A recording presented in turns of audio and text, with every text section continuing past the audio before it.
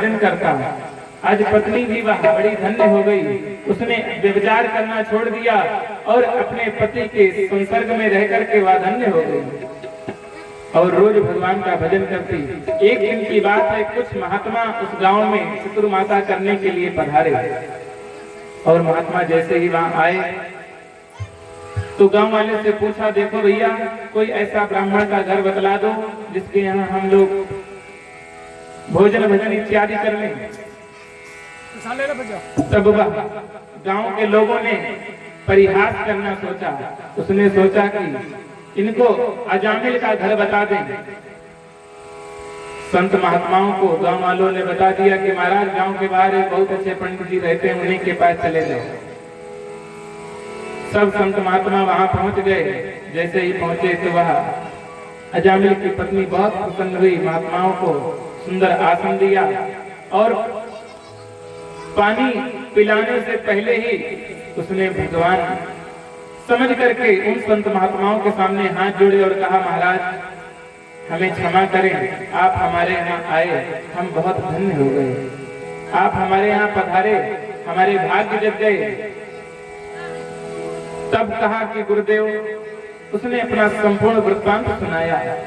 तब महात्माओं ने कहा कि देवी तुम बड़ी अच्छी हो, तुमने अपने कर्मों को सुधार लिया, लेकिन तुम्हारे संसर्ग होने से इस ब्राह्मण की प्रतिष्ठा गिर गई, ये ब्राह्मण पतित हो गया। और कहा कि ठीक है, हम तुम्हारे यहाँ रहेंगे, तुम हमें सामग्री दे दो, हम स्वतः अपने भोजन बनाएंगे और तुम भी उसमें पाओ और तुम्हारे बच्चे भी पाएंगे। तब तक अजामिल आ गया। अजामिल ने समस्त संतों को प्रणाम किया। देखिए कथाएं आप लोग सुनते होंगे, कभी कभी कहते होंगे कि वह अजामिल बड़ा पापी था, अत्याचारी था। वह अत्याचारी नहीं था, उसके अंदर केवल एक ही अवगुण हो गया जिसके कारण वह पतित हो गया। और उसने संत महात्माओं की खूब सेवा की। समय बीतने पर ब्राह्मणों ने कहा, संत महात्माओं ने कहा कि देखो तुमने हमें भोजन कराया, अब हमको चलते समय कुछ दक्षिणा दो। अजामिल ने कहा, महाराज हम वैसे भी गांव से निष्कासित हैं, कोई हमको रोजगार तक तो देता नहीं है, जैसे तैसे परिवार का पालन पोषण करता हूँ, भरण पोषण करता हूँ, मेरे पास दक्षिणा क्या होगी। यही अच्छी बात है कि ले न बासन बसन चुराई, मैं किसी की चोरी नहीं करता, ये प्रभु बड़ी कृपा है आप सबकी। तब कहा कि देखो अजामिल, मैं तुमसे द्रव्य की मांग नहीं कर रहा हूँ, मैं दक्षिणा की मांग नहीं कर रहा हूँ।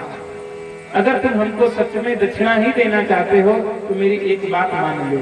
तो कहा गुरुदेव दक्षिणा छोड़ करके आप कुछ भी हमसे करा लो। तो कहा कि देखो तुम्हारी पत्नी गर्भवती है और इसको एक संतान होगी और वह पुत्र होगी और उस पुत्र का नाम नारायण रखना। तो कहा कि ठीक है गुरुदेव, ये तो बहुत अच्छी बात है, नारायण रख देंगे। भगवान की कृपा से उसकी पत्नी को सुंदर एक पुत्र हुआ और उसका नाम नारायण रखा। एक बार की बात है कि वह अजामिल वृद्धावस्था की ओर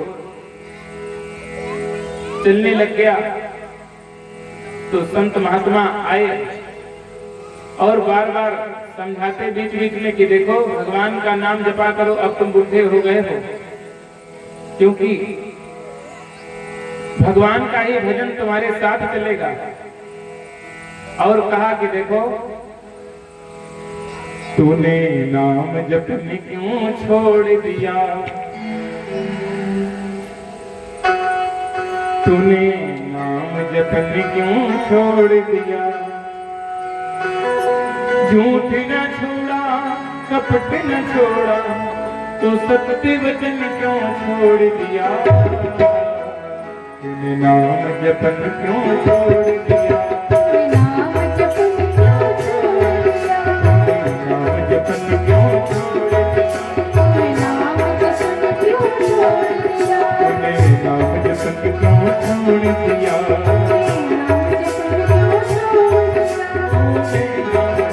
क्यों छोड़ दिया।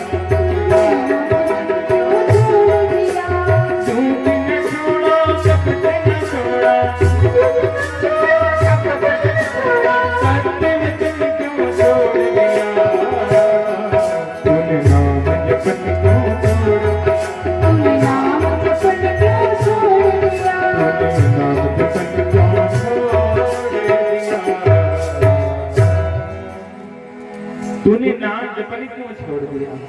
तो कहा कि गुरुदेव आपने कह दिया नाम जपना हमेशा हमेशा रहेगा। एक दिन की बात है कि उसका अंत समय आ गया।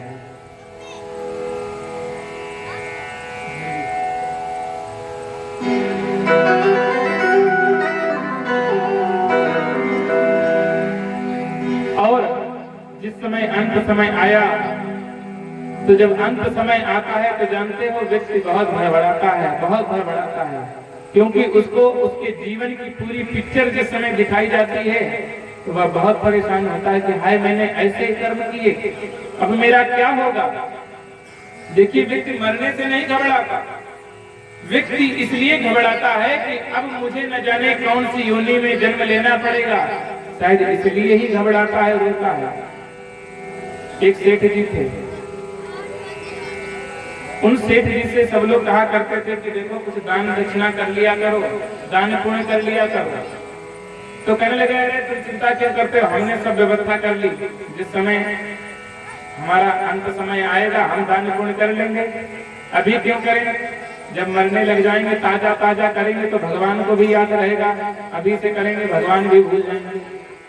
हम सब व्यवस्था किए बैठे हैं।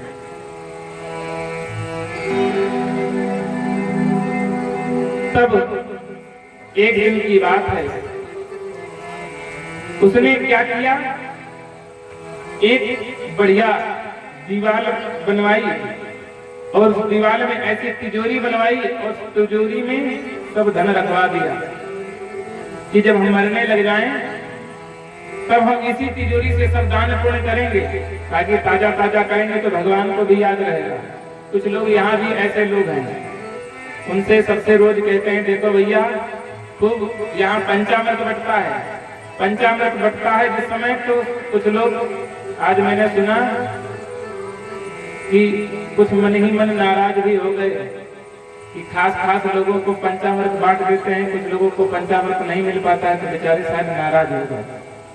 मैं यहाँ के कार्यकर्ताओं से निवेदन करूंगा कि सब यहाँ के बजाय रास्ते पे ही खड़े हो जाया करो और रास्ते से जो निकलता जाए उसको पंचामृत देते जाओ। लेकिन समस्या तो ये है कि इधर से घूम के आएंगे फिर इधर आ जाएंगे और उधर फिर पी करके आ जाएंगे फिर इधर आ जाएंगे। अब यहाँ कोई गेट बना होता तो ठीक ही रहता। तो मैं बतला रहा था कि यहाँ दूध दही से पंचामृत बनता है, ये सब मंदिर में इतनी व्यवस्था लग रही है, प्रसाद बंटता है, आपके लिए सुंदर कथा व्यवस्था हो रही है।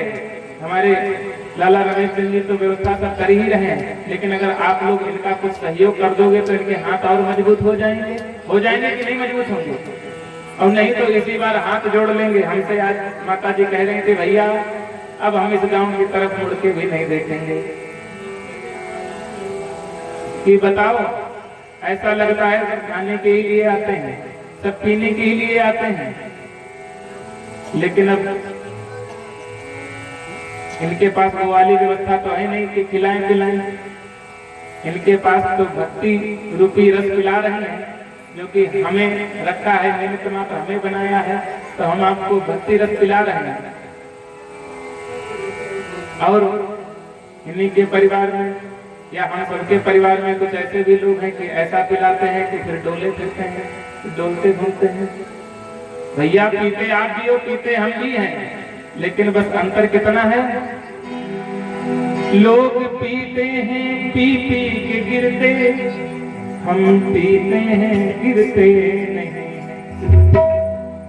लोग पीते हैं पी पी के गिरते, हम पीते हैं गिरते नहीं हैं।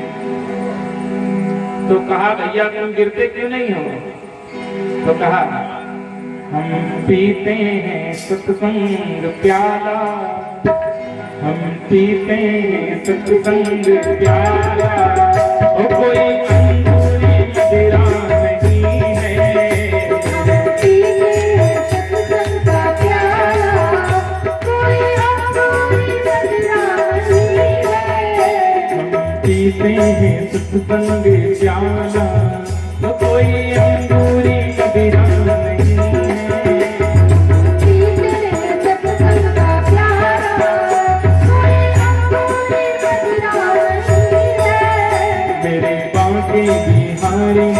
सवरिया, वो तेरा जलवा कहाँ पर नहीं है।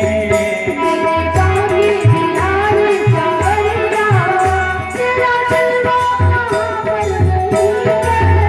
मेरे बागी बिहारी सवरिया, मेरे बागी बिहारी सवरिया, तेरा जलवा कहाँ पर नहीं है। मेरे बागी बिहारी सवरिया, तेरा जलवा कहाँ पर नहीं है।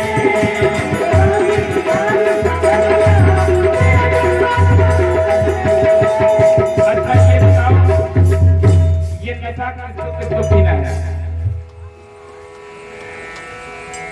ये नशा हर कोई पीना चाहता है, लेकिन आप समझ नहीं पाए। आप सोचे कि मल्लामा से या राघोपुर से मंगवाएंगे। अरे भैया, वो नशा तो उस नशा के हम बहुत बड़े विरोधी हैं, लेकिन क्या करें, हमारी तो चलती नहीं है। केवल यहीं पर चलती है जहां पर बैठे हुए हैं। इसके नीचे उतरते ही उनकी चढ़ जाती है, हमारी उतर जाती है। आप लोग समझदार हो, समझते जाओ। थोड़ी बात कठिन है, लेकिन शायद जल्दी समझ में आएगी। ये नशा भक्ति रूपी रस, ये पहली बात चढ़ता नहीं है। ये नशा जल्द चढ़ता नहीं है कि चढ़ गया तो उतरता नहीं है। क्यों ना बाबा? ये नशा जल्द चढ़ता नहीं है। एक लोग से कहने लगे, बद्रीनाथ केदारनाथ पहुंचे, सत्य घटना। देखिए आजकल लोग तीर्थों को पर्यटक स्थल लोग बना लिए हैं। देखो कथा बहुत है, लेकिन आज मैं आपको आपके मतलब की चीजें ज्यादा सुनाऊंगा। अच्छा लग रहा है? समय भी हो रहा है, चलने दे। अच्छा, केदारनाथ में लोग गए। केदारनाथ या तीर्थों में लोग जाते हैं तो पर्यटक स्थल मान करके उस तीर्थ सार तो गता, तीर्थ का सार इसीलिए लोग चला गया है। लोग वहां जाते हैं, फिर को हनीमून मनाते हैं। अब फिर क्या होता है, फिर केदारनाथ भगवान को प्रलय कर देते हैं कि सब कुछ जलमग्न कर देते हैं। एक ऐसे ही लोग पहुंचे, कहने लगे यार ठंड बहुत तेज लग रही है, बहुत कप रहे थे, तो डाल के ले गए थे फौजी वाली लंबी सी। कहने लगे अरे इसे पियो। कहने लगे इससे ठंड चली जाएगी। अरे हम बता रहे हैं, ठंड तो ठंड। हमारे गांव में सेठ जी थे, उनकी 50 बीघा जमीन चली गई, तुम्हारी ठंड नहीं जाएगी। तो कहने का मतलब कि ये नशा जल्द चढ़ता नहीं है। वो नशा बहुत जल्दी चढ़ता है, लेकिन ये नशा जल्दी चढ़ता नहीं है। हम कितना भी आपको पिलाएं, थोड़ी देर तो खूब नशे में झूमोगे, हरे कृष्णा हरे राम, हरे कृष्णा हरे राम। अच्छा ये बताइए, नशा अगर चढ़ता ना होता तो क्या आप ताली बजाते, क्या मस्ती के साथ झूमते? ये नशा ही चढ़ता है तभी तो झूमते हो, तभी तो कहते हैं यहाँ सभी मस्त हैं, कौन किसी को संभाले।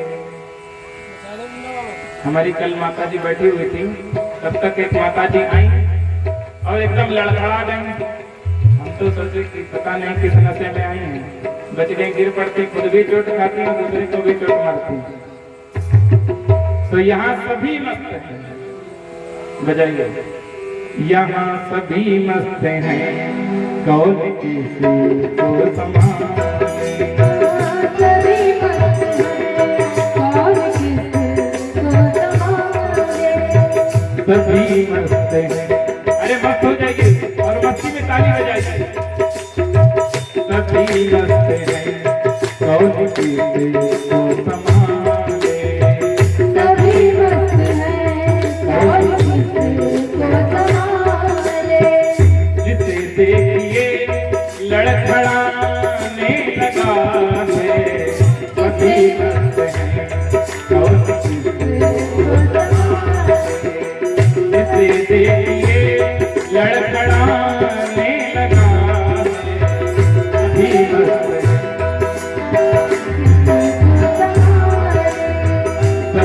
मस्त है, हाँ सभी मस्त हैं।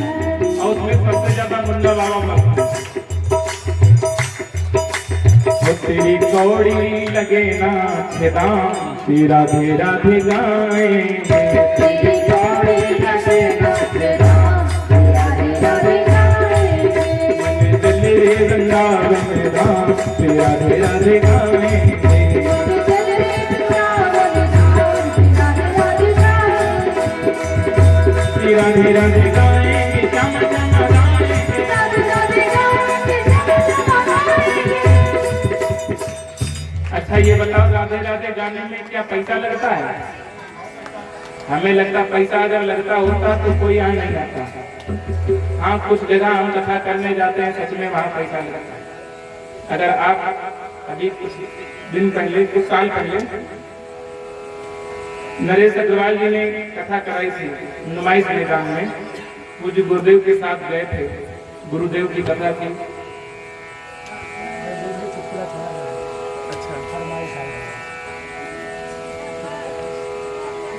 अब बताओ, नई नई कथा कहने लगे कि चुटकुला सुनाओ। अब बताओ चुटकुला कथा, लोग ऐसे धीरे धीरे भागवत कथा भूल जाएंगे, चुटकुला कथा रह जाएगी। देखिए चुटकुला तो इसलिए सुना दिया जाता है ताकि आपका थोड़ा मन प्रसन्न हो जाए, जागते रहे। देखिए जो चौकीदार होता है वो थोड़ा हंसोड़ा टाइप का होता है, तो थोड़ी थोड़ी चौकीदारी करनी पड़ जाती है, क्योंकि सच में हम चौकी ही दार हैं, क्योंकि चौकी पे बैठे हुए हैं। और आप लोग भैया जिम्मेदार हो तो जमीन पर बैठे हो, लेकिन मेरा धर्म बनता है कि अपने जिम्मेदारों को हम जगाते रहें बीच बीच में, इसलिए कभी चुटकुला सुनाते हैं, कभी नाम संकीर्तन कराते हैं। बोलिए कृष्ण भगवान की जय। अब बताओ ऐसी जगह आपने टोका कि हम भूल गए, हम सुना क्या रहे थे।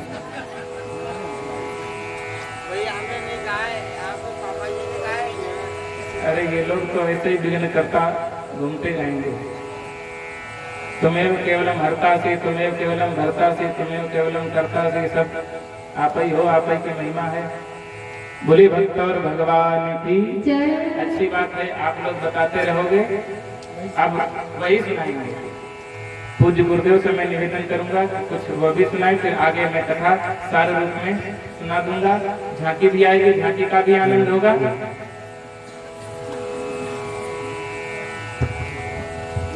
देखिए इस समय